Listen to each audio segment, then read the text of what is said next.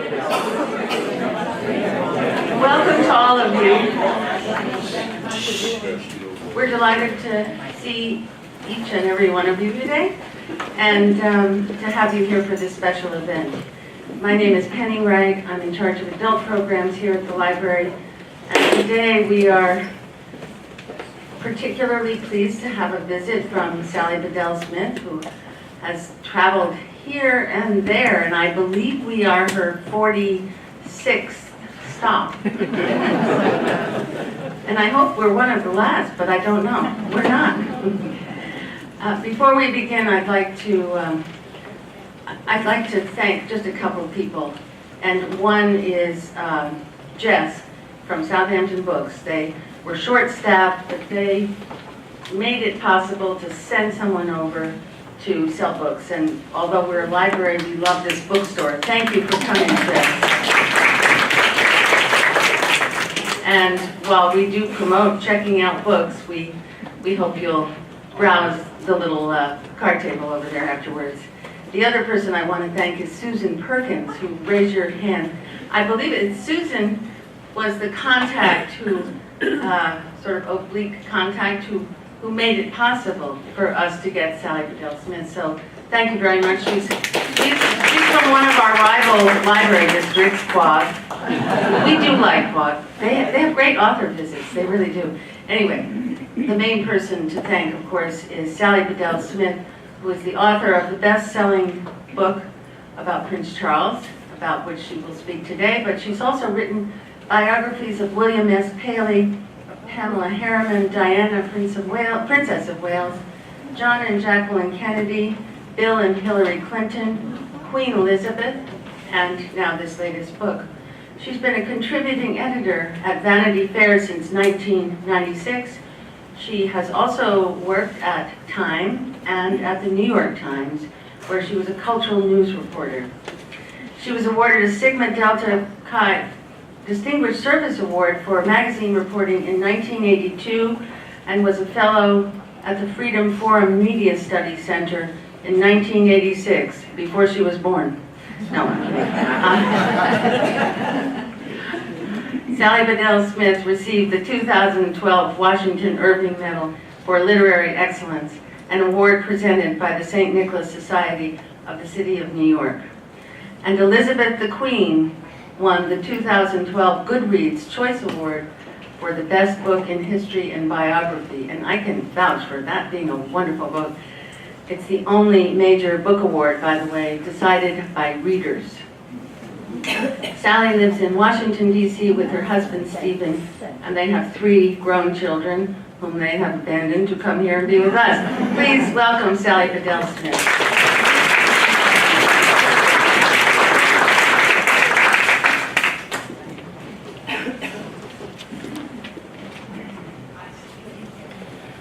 Thank you, Penny, for that very gracious introduction, and it's just a thrill to see so many people turn out today. I mean, normally I would say I pray for the weather gods to give you sunshine, but on a day like today, it's probably a little bit of an incentive to come to a talk like this, so I'm really happy that you have all come here. I love Southampton. I love the bookstore here and the library, and have lots of friends here, and it's a great, great pleasure to be in this place. Today I'm actually going to talk about the Queen, the Prince Charles, and his mother.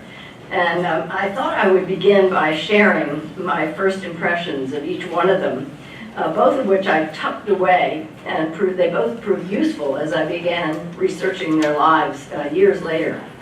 I met Prince Charles by happenstance in 1991 when my husband and I were at a house party in Windsor, hosted by my dear longtime friend Linda Mortimer, who is sitting right over there.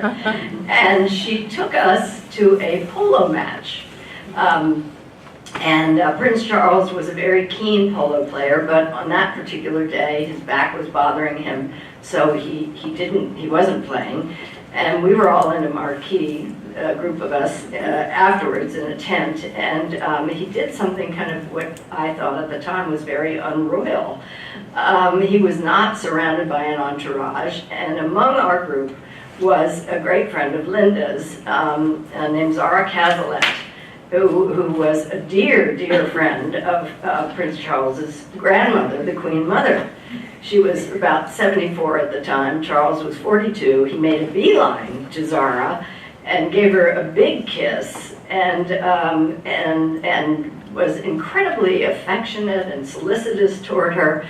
And I thought, this is not the Prince Charles I'm reading about in the tabloids, who is the meanie to Diana and the cool and aloof character. He was also incredibly informal. He was wearing a blue blazer and tan trousers, and I thought, gosh, this is really interesting, this little private glimpse of him, courtesy of Linda. She didn't know she was setting it up at the time.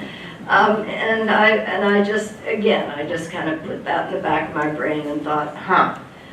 And then in 2007, the Queen was in Washington, D.C. for a state visit, and we were invited to a reception at the British ambassador's residence, and we were given all the instructions on how to greet Her Majesty, and also an admonition: do not ask the Queen a question. She had just come from the Kentucky Derby. Do not ask her if she bets. So my husband immediately violated two issues of protocol simultaneously. He said, so, Your Majesty, did you put a wager on Street Sense with the winner of the Kentucky Derby? And she sort of, there was something about the way he asked the question. She sussed out that he knew something about horse racing, which he did. He said he knows how to read a race, and we watched the Derby together on TV. I then proceeded to watch the Queen and my husband replay the entire Kentucky Derby between the two of them, back and forth, back and forth. And the flashing eyes, the sort of gestures, the sort of wonderment of watching something on dirt as opposed to turf, and the jockeys having to take their goggles and go back like that. And she was so different from this kind of very sort of almost doer character that we have always been accustomed to seeing in public. And I remembered what a friend of ours, a portrait painter who had done her portrait back in the 80s, had said to me at the time, that had really cracked me up. He said, when she's in private, she talks like an Italian. She waves her hands all around. And I thought, okay, well, that's really interesting. So then in years to come, I ended up writing about Diana and the Queen, and now the Prince of Wales. And when I was interviewing members of the royal family and their friends for my biography of Prince Charles, I asked his cousin, Lady Pamela Hicks, which of his parents he most resembled. And she sort of paused, and she chuckled, and she said, I think he might be a changeling. And there's no doubt about the parentage of the Prince of Wales, but what Pamela Hicks said became clearer to me the deeper I dug into the lives of Queen Elizabeth II and her eldest son and heir. In character and temperament, they are far more different than they are alike. The character of the Queen, as the longest reigning and at age 91, the oldest monarch in British history, is pretty much as she seems to be. But her personality, as you could tell from my encounter with her behind the scenes, is really livelier than most of us would imagine. Charles, however, is kind of like one of those Russian nesting dolls. Every time I uncovered one Charles, another one would appear, and none of them quite fit the royal mold. Even during his childhood, the Queen and Prince Philip admitted that he was a square peg in a round hole. I thought my biography of Charles would be sort of a sequel to the book about the Queen, and now I look at the books as parallel lives of two generations grounded in the same traditions, but with opposing responses to the world around them. A friend recently told me, God bless him, that he was reading both books simultaneously. And he said that the experience created a sense of antiphony, which I thought was a really interesting way of looking at it, and was kind of about right. While the Queen is a model of serenity and stability and continuity, Charles is a bundle of restless energy and insecurities. Since she took the throne at age 25, the Queen has followed a straight line, carrying out the strict routines of the monarch, fulfilling her duties with discipline and diligence, and always attentive to the guidance of government officials and her advisors. Charles, on the other hand, has led a sort of ad hoc life, creating his role as he's gone along, following his passions, indulging his quirks, and paying little heed to the counsel of others. What mainly binds the Queen and her eldest son is a commitment to duty and public service. They share traditions and values. Their speech has the same posh intonations. They're both country people at heart. They respect protocol, and they revere the beautiful language of the King James Bible and the 16th century Book of Common Prayer. So they say, in earth as it is in heaven, as opposed to on earth as it is in heaven in the Lord's Prayer. They uphold the traditions of the British military, and they proudly serve as colonel-in-chief of many regiments. They also share an inherent shyness that defined the Queen's father, King George VI. One of Charles's longtime advisors told me that Prince Charles is a sensitive and shy guy who has stolen himself to do his job. A poignant example of that insight comes from his childhood, when he was at a luncheon at age 8 with a group of mostly adults. He was served wild strawberries for the first time, and as he was busy removing the long stems, his great aunt, Lady Edwina Mountbatten, admonished him. She said, "No, you must pick them up by the stems and dip them in the sugar and then eat them that way." Well, moments later, his cousin, Lady Pamela Hicks, looked over, and here was this poor child trying to reattach all the stems to the strawberries. And that moment said so much to me, not only about his sensitivity, but about his vulnerability, his eagerness to please, and his need for approval. While the Queen is completely poised in public, she avoids giving speeches off the cuff. Her reticent nature is most obvious in private settings, when she will sidle into a room or slip into the background when someone else is being celebrated. I remember being struck by a picture drawn for the 90th birthday of one of her cousins. The cousin was the largest figure, placed right in front and center, and there in the last row was the bespectacled little Queen, tucked right in, quite inconspicuous. At a private reception for another one of her relatives, I watched the Queen circulate through St. James's Palace, her palace, without any attendants running interference. And here she was, in her own place that had belonged to the royal family for centuries, but she was simply another guest, which to me was also a mark of her admirable humility. Charles's shy streak is most evident in his nervous mannerisms, such as fiddling with his cufflinks and adjusting his tie and tugging at his cuffs. He's always by nature been a loner. He made no friends among his peers at either of his boarding schools, which he explained by saying, "I've always preferred my own company or just one-to-one." He is happiest spending hours fishing by himself on Scottish rivers, or sitting with a sketchbook to paint watercolors on an alpine mountaintop, or wandering alone on the abandoned island of Stroma off the northern coast of Scotland, or wandering through his wildflower meadow at his estate in Gloucestershire and counting the orchids, or meditating in his custom-built sanctuary at his English estate, a place he enters by manipulating 2 of the 4 doorknobs in a secret combination. He always says, "It's a place where nobody can get to me." The Queen likewise takes great pleasure in long walks with her dogs and solitary rides on horseback. In the countryside, Nobody can get to the monarch or her son, and they can savor the pleasures of the natural world, which Charles said strikes with him a deep primordial chord. As a schoolboy, he fought shyness by learning to recite Lincoln's Gettysburg Address, of all things, from memory. At 16, he faced crowds for the first time while touring Australia, and he discovered that he could actually talk to strangers. He learned to put other people at ease with self-deprecation, and he mastered speaking in public with fluency and confidence. He honed his performance skills at boarding school, where he starred in several of Shakespeare's plays, and then at Cambridge, where he appeared in comedy revues. And like a professional actor, he figured out how to escape into his roles, including the biggest role of all, the Prince of Wales.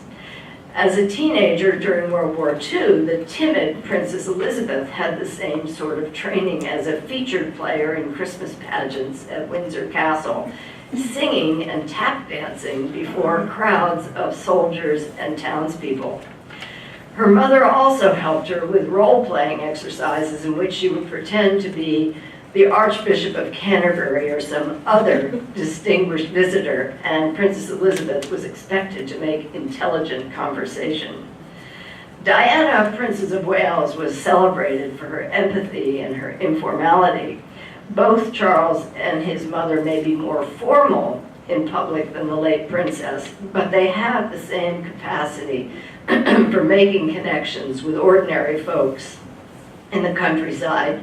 Charles often stops by cottages and stables for a tea or slow gin with estate workers. He has stayed for short stretches with farmers in Devon and the Outer Hebrides and Cumbria, absorbing their way of life and taking home their concerns. He can press the flesh, he can converse with great warmth, and he makes people's eyes light up. The Queen is surprisingly close to the people who work on her estates, the gamekeepers and the stalkers she has known for decades. Once, while driving a Scottish cleric around Balmoral, her estate in the Scottish Highlands, she spotted one of her gamekeepers, and she suddenly shouted, "Hooray!" And he said, "Why did you say that, ma'am?" And she said, "Well, he was walking with a young woman, and he separated from his wife not long ago, and he clearly has a new girlfriend." And I'm so excited about that. Those who see her through her passion for country pursuits understand how down-to-earth she can be, whether it's whistling commands to her hunting dogs during a pheasant shoot, or calmly watching her mares being mated with stallions, which requires a strong stomach, I might add, or crawling along through the underbrush to take aim at a stag. On a shooting weekend at a friend's estate, a cock pheasant once flew out of a hedge right into the Queen, clawing at her face and knocking her down on her back. And the security guard hired by the owner of the estate rushed over thinking she'd been shot and gave her mouth-to-mouth resuscitation. Well, not long afterwards, she hired this man for her security detail, explaining to a friend, "I consider we got to know each other rather well." But in other respects, mother and son diverge in sometimes startling ways. As the British would say, the Queen is straight as a die, predictable and reliable. My challenge in writing about her was pulling away the royal curtain and showing the humanity behind her inscrutable facade.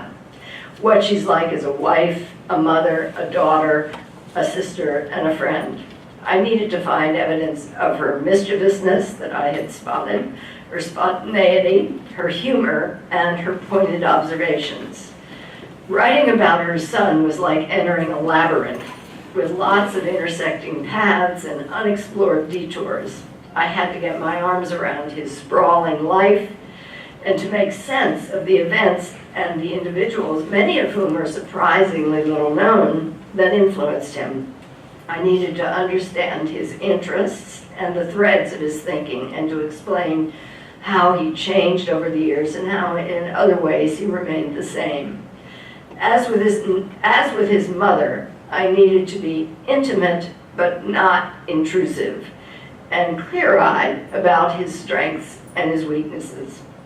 Martin Charteris, who served the Queen as a senior advisor for nearly 3 decades, once told her that her job is to spread a carpet of happiness.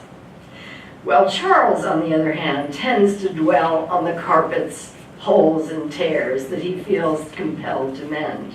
For many years, he has been determined to make the world a better place, at least according to his lights. His mother has no illusions about what can and cannot be changed. She has an acceptance of the way life deals its cards that is sort of rare in the Western world and comes partly from her religious experience, or her religious conviction, and partly from her experience.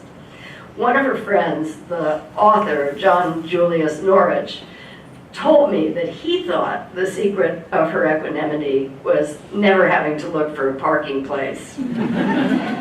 Still, there's no doubt that her Church of England faith, which she observes quietly, is at the root of her serenity. Former Archbishop of Canterbury, George Carey, explained to me that her outlook comes from a theology of life in which everything is ordered. Like the Queen, Charles is a committed Anglican, but from an early age he has been a spiritual seeker, delving into esoteric aspects of Christianity, Platonic philosophy, Hinduism, Tibetan Buddhism, Sufism, with its belief in many lamps, but all the same light. More impressionable than his mother, he has been influenced by a series of gurus. The most prominent was the South African writer, Lawrence Vanderpost, who met Charles when he was in his mid-20s. Vanderpost taught him that primitive people should be revered for their relationship to the spirit of the earth. He also schooled the prince in psychologist Carl Jung's collective unconscious, linking humankind to archaic knowledge from the ancestral past and distant cultures, myths and stories that could be understood through analysis of dreams. For 5 years, starting in the mid-1970s, Charles recorded his dreams for Vanderpost's wife Ingrid to analyze, and they met periodically for therapy sessions. Boy, would I love to see the notes of those dreams. Less well known have been his deep friendships with mystical poet Kathleen Raine and Keith Critchlow, an expert in sacred architecture, who first captivated Charles by explaining that people smoked because the flame on a cigarette was the symbol of the spirit, nicotine aside. Charles even enlisted Critchlow to tutor Princes William and Harry in experimental mathematics. When Charles travels on vacations, he takes a sheaf of Critchlow's letters for instruction in what Critchlow calls perennial wisdom.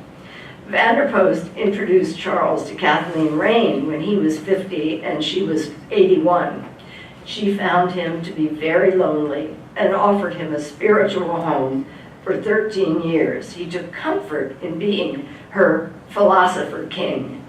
On her death at age 95, Charles gave a very emotional eulogy, vowing to carry on what he called the great battle against materialism and to save not only nature but the soul of the world. Charles's mother has been baffled by such unorthodox notions, but she's mostly avoided challenging them. Once in the late 1970s, she did step in when Charles became a vegetarian and stopped shooting pheasants, grouse, and deer.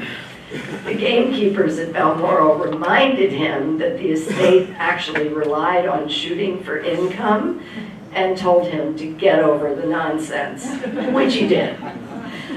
When Kathleen Raine was awarded the Queen's Medal for Poetry in 1992, she wrote to a friend that it might convince the monarch of my respectability. I am told she thinks her son is a hopeless eccentric. On that score, the Queen had a point. Charles is as defined by his oddities as he is by his ideas. He drains his bathtub with a hand pump attached to a hose extending out the window that helps to water his gardens. True. He wears a flowing Moroccan robe when he walks his dog on his estate in Gloucestershire.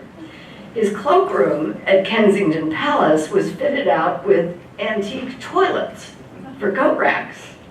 He plants trees at his English estate by shouting instructions through a megaphone from his front steps so he can make sure that all the saplings are perfectly positioned.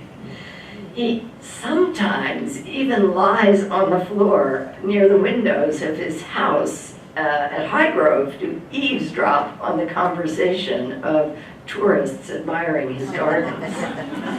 The Queen escapes in more conventional ways. "I have a knack," she told one of her relatives. "As soon as I stop working, I get into the car and I just switch off." During a state visit to Washington in 1991, the woman who runs the then President Bush's guest house, Blair House, watched the Queen standing alone one morning before she set off on a half-dozen engagements. "It was as if she were looking inward, getting set," the woman recalled. This was how she wound up her batteries. There was no chit-chat, but standing absolutely still and waiting, resting in herself. Charles, by contrast, is a high-octane character. David Airley, the Queen's close friend and longtime senior advisor, told me that Charles is a very emotive person. He gets very worked up about things and he can be difficult to handle. While the Queen has spent a lifetime concealing her thoughts and even her mundane likes and dislikes, Charles has left an extensive trail of strongly held opinions and personal preferences. She keeps everyone guessing, and Charles tends to overshare. In her daily routines, the Queen is extremely businesslike. Every day, except Christmas and Easter, she reads her red leather boxes of government documents carefully and promptly. She confines herself to her charitable patronages, her royal ceremonies, engagements around the British Isles, and until long-haul travel became difficult around the world, and also official obligations such as meeting with the Prime Minister for an audience every week. Her style is hierarchical. She honors lines of authority and emphasizes efficiency and clarity in all of her dealings. Her household and her son's office down the Mall in London are like two railways on different gauges. A senior advisor who worked for the Queen and Charles said that in his 18 years at Buckingham Palace, he had 3 calls from the Queen outside working hours. In his first weekend on Charles's senior staff, he had 6 phone calls. Unlike his straightforward mother, who keeps things simple, Charles is always trying to make connections with nature and between disciplines, religions, and cultures. One of his long-serving advisors called him a creative swiper. When he first saw urban regeneration in the Massachusetts town of Lowell, he figured out a way to do the same thing in Halifax, a mill town in England. Another veteran advisor described him as a starter who gets caught up in his enthusiasms and doesn't think much about crossed lines of responsibility or duplication of effort.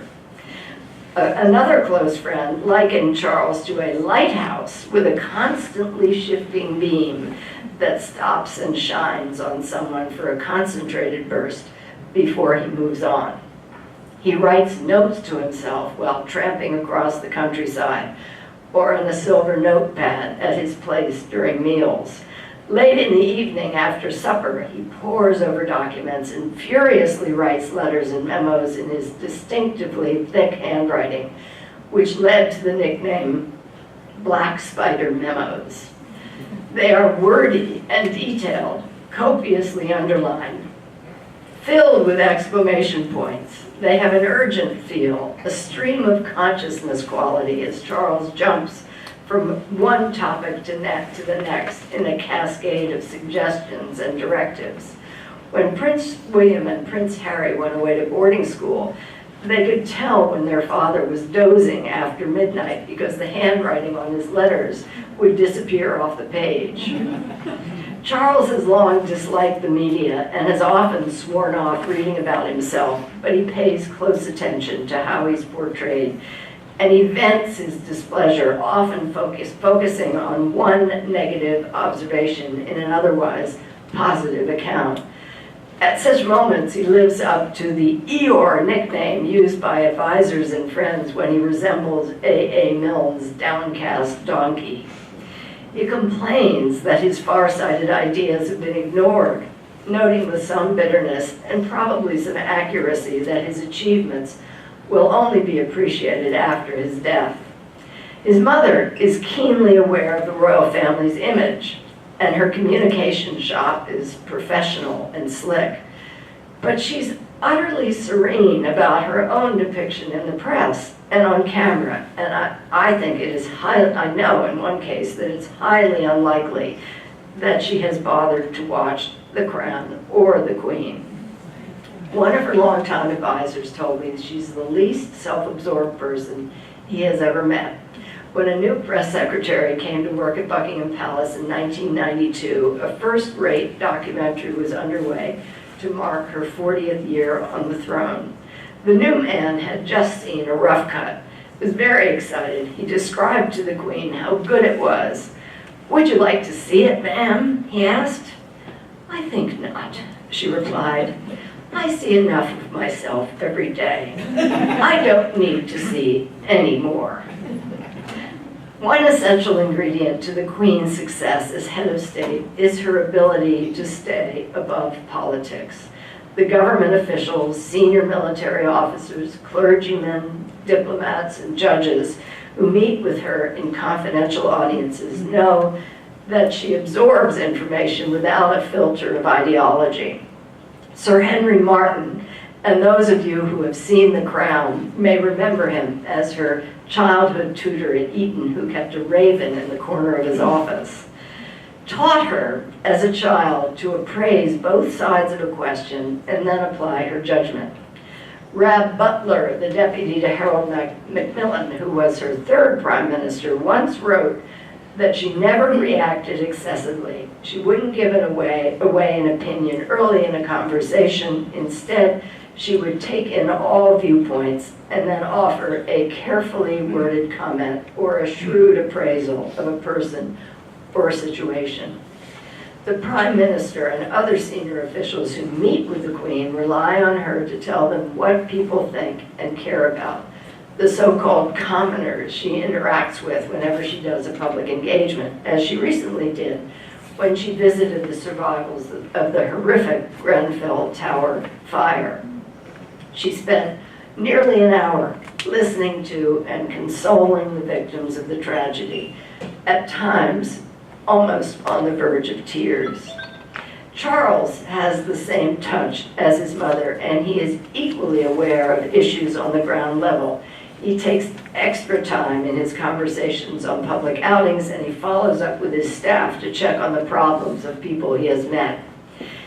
His big challenge on becoming king will be to adjust his freewheeling style to the more confining life of the monarch. The 19th century constitutional scholar Walter Bagehot once wrote that the occupations of the monarch are grave, formal, important, but never exciting. They have nothing to stir eager blood, awaken high imagination, or work off wild thoughts. With that in mind, the Queen assigned her private secretary to begin quietly tutoring Charles as she approached her 90th birthday. She keeps her hand firmly on the tiller, but she is guiding the transition in an orderly way, preparing to ease her son into more official responsibilities as she gradually pulls back, which is not to say that she has any intention of abdicating. She shrewdly understands the value of having an intermediary speak directly to her son, as she cannot.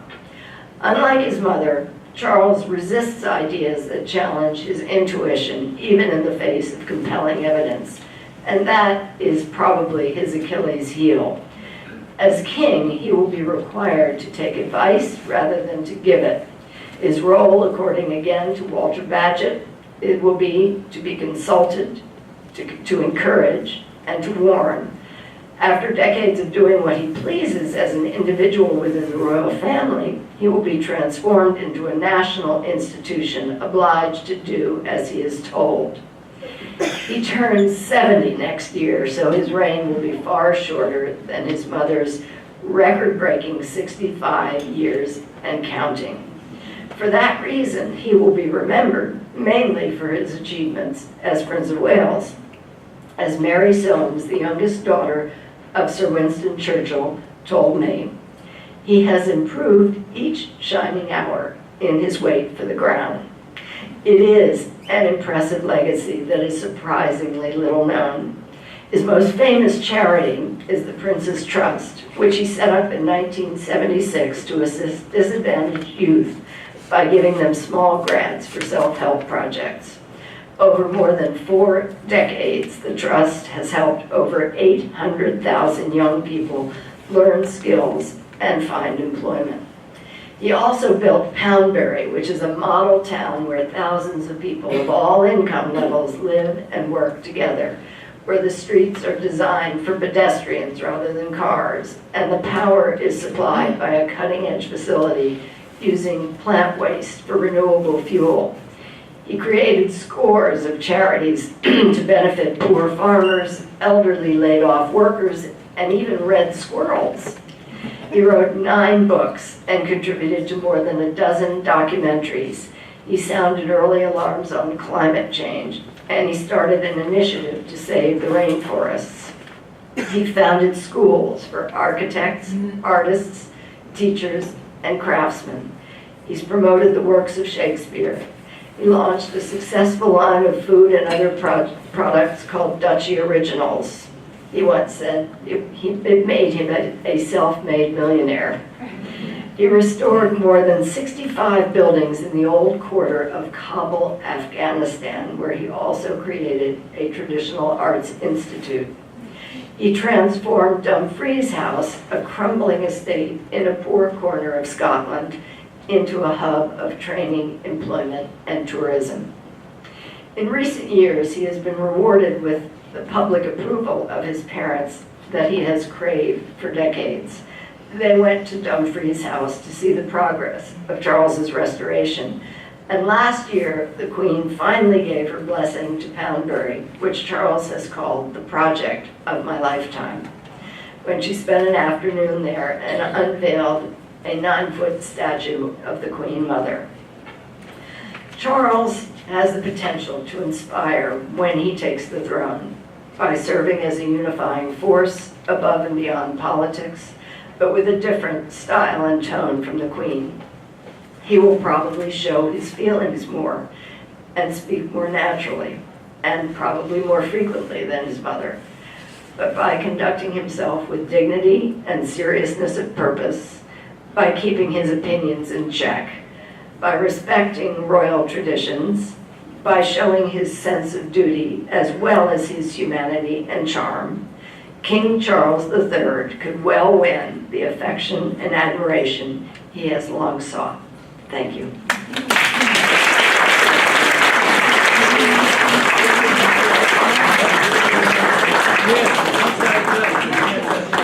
Would you take some questions? Sure, I'd love to have questions. My favorite part, yes. One quick and one little involved. You have a very famous name in World War II military history, Bedell Smith. Is there any connection? No, it's a coincidence of names achieved by 2 marriages. The second one involved. But he was a great man. Oh, yeah. Oh, the question was, am I related to Walter Bedell Smith? He was Eisenhower's aide de camp. I know lots about it. He was head of the CIA, he was ambassador to the Soviet Union. And you heard my answer. The other question is, the Queen had connections with two giant prime ministers, Churchill and Yes. Margaret Thatcher. Yes. Like their comments? Yeah, I mean, Churchill was her first prime minister and had been a very, very good friend of her father, King George VI. They had gone through World War II together. And his initial impression of her was obviously as this little girl he had seen grow up. But he very quickly took her seriously. When I was interviewing Mary Soames, she said that he told her that what impressed him most of all was how conscientious she was, how much she applied herself to absolutely everything she did.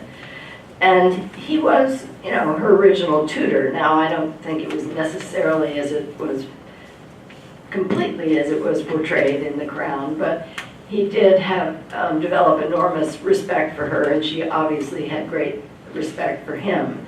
So it was a kind of he was a kind of tutor to her in those early days when she was, imagine what it was like to be 25 years old and become queen, and you're surrounded by, and they were all men, they were all aristocratic, forbidding courtiers, kind of judging her.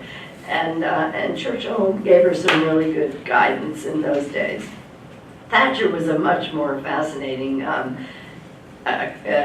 situation because they were contemporaries. They were both working professionals. I mean, the Queen was an anomaly in her generation. All of her friends were, aristocratic women who. And both women, of course. And Margaret Thatcher wrote a wonderful little piece when Princess Elizabeth became queen, expressing this great admiration for her. And they were, as the British would say, like chalk and cheese in terms of chalk and cheese. That's right. Yeah, chalk and cheese in terms of their personalities. Queen, as you can tell, has an impish sense of humor, and Margaret Thatcher was fairly humor-free. And she had a tendency to be a bit didactic in their, audiences, but she was always respectful. And just as a side note, I was a consultant to Peter Morgan, who conceived and has written The Crown. But the precursor to that was The Audience, which appeared on the West End in London and then on Broadway. It was a wonderful play about the Queen and her prime ministers, starring Helen Mirren. It got Helen Mirren her last accolade when she won a Tony Award for it. But I spent a year working with Peter, and I would say the one moment that we had a real dispute was his portrayal of the Queen and Margaret Thatcher, and he had really the Margaret Thatcher character treating the Queen quite disrespectfully at one point when there was a leak to the newspapers that the Queen had objected to some of Margaret Thatcher's policies. And I said she would not have treated her that way. She was so deferential. In fact, when I interviewed Margaret Thatcher's private secretary, Charles Pole, he said, I've never seen anybody with a deeper courtesy. I mean, you needed to have a crane to lift Margaret Thatcher up from one of her courtesies to the Queen. So I think they didn't necessarily see eye to eye about everything, but I think the Queen, was a very sort of tolerant person. She understood the quirks of Margaret Thatcher's personality, but she also understood that a lot of her policies were, in the long run, doing good for Britain.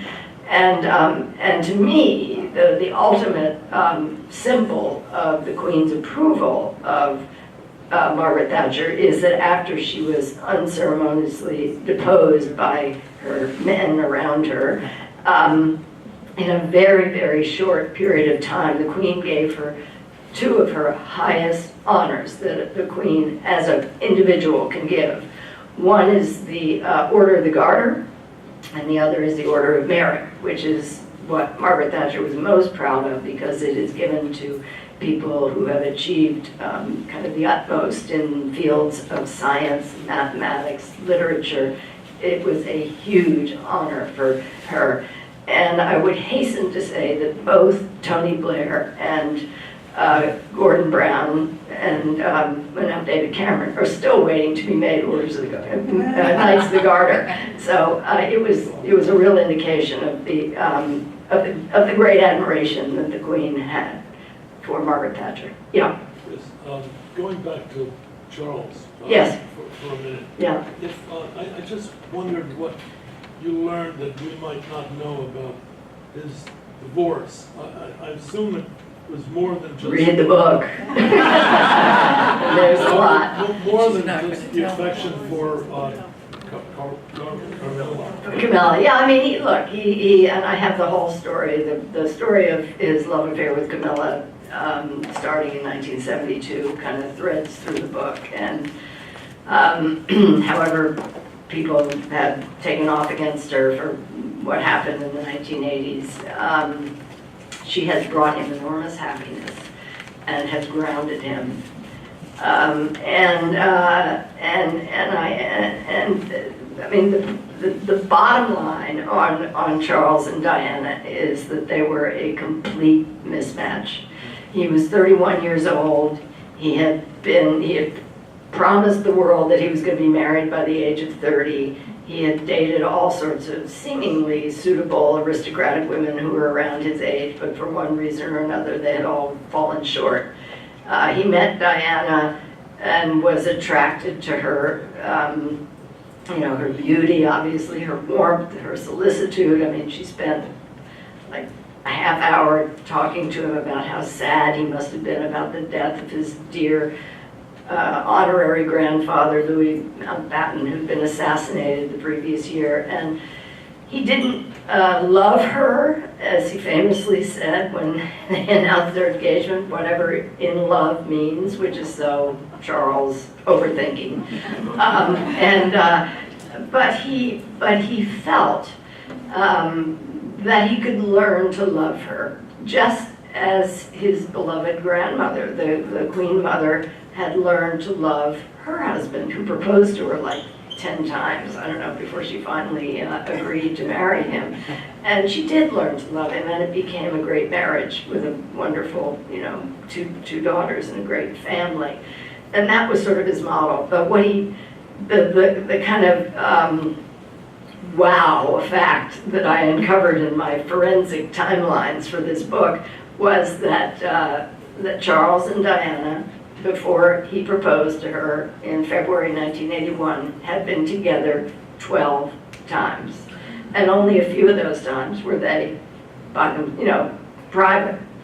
There was a 12-year age difference. They were totally different generationally in terms of their likes and dislikes, and they really scarcely knew each other. And he also didn't know that she had a history of emotional instability, which blew up actually even in the months before they walked down the aisle at St. Paul's Cathedral. And it was, from even before they were married, it was a very volatile, dysfunctional, and quite acrimonious marriage. It produced 2 wonderful sons. But as he wrote to one of his good friends after they were separated, he said, it was 11 years of hell for me.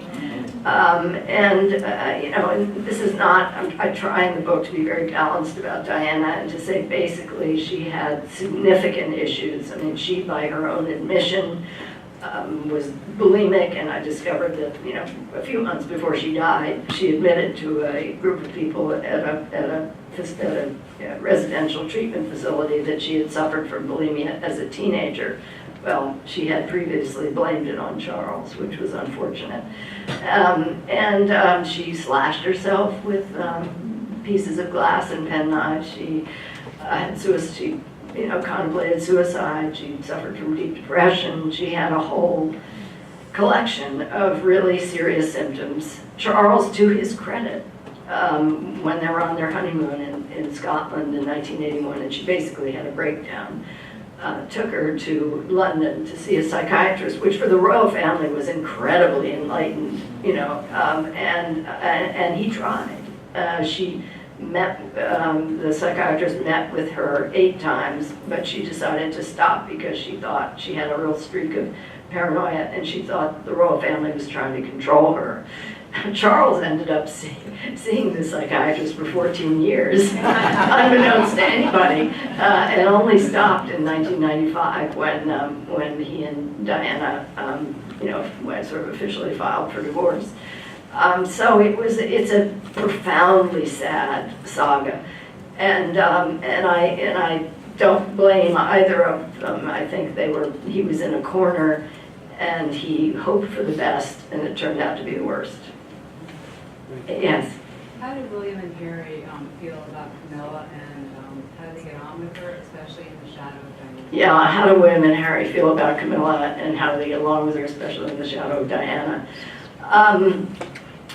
She was kept well away from them for quite a long time, even after Charles and Diana officially separated. There was so much antipathy in general toward her during those years, and they were gradually introduced to her, and I think the stage was really set by a meeting, by a weekend they spent with her children, one of whom is Prince Charles's godson, Tom Parker Bowles.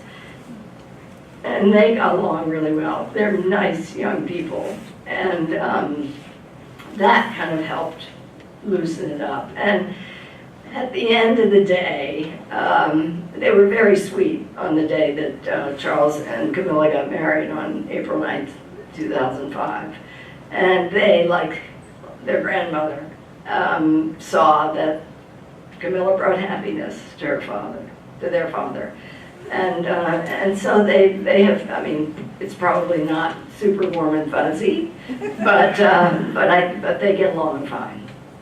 Yeah. Did you ever think during your research that Charles could be an atheist? Could be an atheist. No, I definitely don't think he's an atheist. No, I think if anything, he just has, I mean, as I say, he hasn't abandoned Anglicanism. I mean, he once in the mid-90s said that, well, the supreme governor of the Church of England is the monarch, and committed to being the defender of the faith, which is the institutional religion. And he said in the mid-90s, well, I would like to be the defender of faith, which got him in a lot of trouble because, it could mean anything, really. Wiccans, they have their own faith, right? And finally he clarified that some years down the line, and I think it's just, I don't know what the motivation was for this spiritual seeking he has had, but he has always been that way. And I think it's just this ecumenical approach to life, where he's done a lot to try and bring faiths together, to understand faiths, particularly he was one of the first members of the royal family to sort of speak out about the Muslim faith back in the mid-80s, and I think that's really what it's about. He has this impulse to make connections, and he always is trying to show that all these religions, no matter what the superficial differences they might be, have some fundamental connections and values. Yeah. Based on your insights on people involved, the Queen and Prince Charles, Yeah. how do you think he will be a different ruler when he inherits the throne? How do I think he'll be a different ruler? Well, I've touched a little bit on that at the end. I mean, there has been a lot of speculation that he will be a quote-unquote activist king, which I think would be a catastrophe because that implies that he would continue to speak out on controversial issues. And one of the things that's very important about maintaining the integrity, really, of the monarchy is to be politically neutral, not to take political positions, not to be, the minute you start to advocate a controversial position, you're going to alienate other people. And there was a play on Broadway called King Charles III. I don't know how many of you may have seen it. It was also done as a BBC production that was on PBS. And it's all about Prince Charles becoming king and stepping over the constitutional line, and eventually being forced out, and his son taking the throne. So I know he recognizes the limits of being a constitutional monarch. So there was an initiative that he's very big on is convening power, and he does have that power as the Prince of Wales, and he would have that power as king to bring groups together to talk about important issues, you know, without giving it any kind of a political slant. And there was an example that one of his advisors gave me of something he did in 2013, which was that he got all three political parties, the Tories, the Labour Party, and the Liberal Democrats to come together on this initiative, which is really quite wonderful to encourage community service in young people. And it's ongoing now. And the woman who described it to me said this is a very sort of kingly thing that he can do. So I would expect things like that. But I think if he were to step over the constitutional boundaries and take a controversial position, he would jeopardize his position, and he could be, you know, he could be forced to abdicate. Yeah. Do you think he provided therapy for William and Harry after they lost their mother? Well, did he provide therapy for William and Harry after they lost their mother? Whether he did or not, I'm not sure. I mean, I think he tried to engage them in activities that made them happy. I mean, and Harry and William, as you may know from reading the press over the last 6 months, have engaged in this pretty high-profile effort to raise awareness about mental health and mental illness called Heads Together. And for the first time, they have really, it's the 20th anniversary of Diana's death on the 31st of August, and they have talked about how difficult it was for them to really speak of their grief in the years after their mother's death. And Harry in particular took some fairly, you know, he became a bit wild and was acting out and got into some trouble from time to time, places like Vegas. It didn't stay in Vegas, needless to say. And he has talked about how actually at one point his brother said to him, "You really need therapy."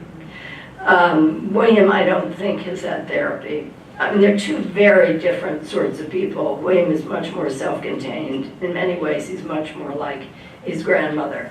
And her role in bringing them up, you know, can't be underestimated. They went to Eton, which is right near Windsor Castle, and he spent a lot of time, both of them spent a lot of time with her. And I think because she is such a calming and steadying force, I think she was very helpful to William, and he looked to her, since he didn't have a mother, as a maternal figure. She was, as often is the case, you know, she was a much better grandmother, has been a much better grandmother than she was able to be as a mother because she was so focused on her duties. And I think that after Diana's death, when she was roundly criticizing for not immediately rushing to London to take care of all the grieving people in the parks and so forth, she did exactly the right thing, which was to stay up in Scotland to protect William and Harry as much as possible, keep them with the people who loved them, their friends, Charles's old nanny, their nanny, cousins, where they could go out in the woods and the hills and just be kind of surrounded by love and you know, condolences and all that. And she knew the ordeal they were going to face, you know, which was this massive funeral in London. So she brought them on Friday. And she was criticized for doing basically, I mean, the one criticism of her that I always heard was she didn't spend enough time with her children, that she always deferred to duty. In this instance, she deferred to her grandchildren and put aside what some may have described as duty. Yes? Any circumstances under which the crown would skip Prince Charles and directly go to the next generation? any circumstances under which the crown would skip Prince Charles and go to the next generation. There is no mechanism for that. And after the abdication of Edward VIII, the whole notion of abdicating is sort of anathema to the Queen and the royal family because it injects an element of instability. So if you do that once, there's the possibility that somebody could come along and say, well, Prince William should step down for another reason. So, the British Constitution is unwritten and therefore elastic. I mean, they were able to create the abdication articles for Edward VIII. They can do what they want, but they want to avoid any kind of abdication. And the Queen in particular, the main reason is, there are two reasons because of that. Really their dislike and fear of abdication, and also, at the coronation, she not only was crowned, but she was anointed with holy oil and made a pledge that she would serve until her death. Yeah. Thank you. That's wonderful. Princess Anne is like the workhorse of the royal family. She and Charles have a competition every year to see who's going to do the most engagements. And usually at the end of the year when they publish this, they're neck and neck, like 435 engagements and 439 Charles. They go back and forth. They're both. She's behind the scenes. She has never sought publicity. She supports some amazing charities and is just an incredibly hard worker and a very valuable member of the royal family. Yes. Do you have any authorization for this biography? And how did you get people, how did you get these people to talk to you? Yeah. Did I have authorization for this biography, and how did I get people to talk to me? It was not an officially authorized biography. That only happens when a member of the royal family dies. But I did have a high level of official cooperation. I think in this instance it was helped by the way my Queen biography went down at Buckingham Palace, and in the end the officials at Buckingham Palace cooperated with me because in my Diana biography, which was published in 1999, I had been very fair to the royal family and to Charles at a time when nobody was being fair to them. So I think that helped, although I had no idea that I would end up writing a book about the Queen. I also have been traveling over there a lot since the 1980s. I have quite a few friends who know members of the royal family. I know cousins and people like that. And it's a daisy chain. You know somebody, they trust you, and they introduce you to somebody else. How long did It took 4 years, which a year longer than it took for his mother, who's 22 years older, but as you can tell, he had a more complicated life. What drew you to the royal family?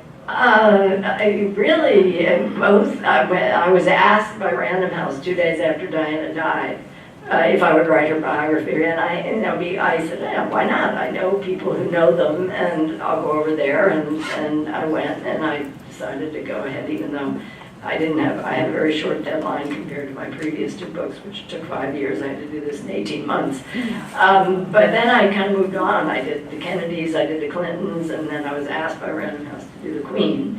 And I knew the Diamond Jubilee was coming up, and I thought, perfect timing, this is wonderful. And I thought about a half a second before saying yes. Let's see, maybe One more? well, Maybe one more? over there. I don't think he really wants the job of king. Oh, he does. Oh, he does. He does. Believe me, he does. No, I think the importance is you're going to be king whether you like it or not. Well, that's the way it is. You're born into it, and that's your fate. But he knows that, and he knows what the limitations are, and that's one reason why he's worked so hard to make something out of being Prince of Wales. I mean, previous princes of Wales have been, known for drinking, whoring, gambling. They haven't done a whole lot, and he's done an extraordinary amount. And he knows that's his legacy, and he knows what the limitations are going to be, but he does want that crown on his head. Okay. Should we? Thank you so much. Great question.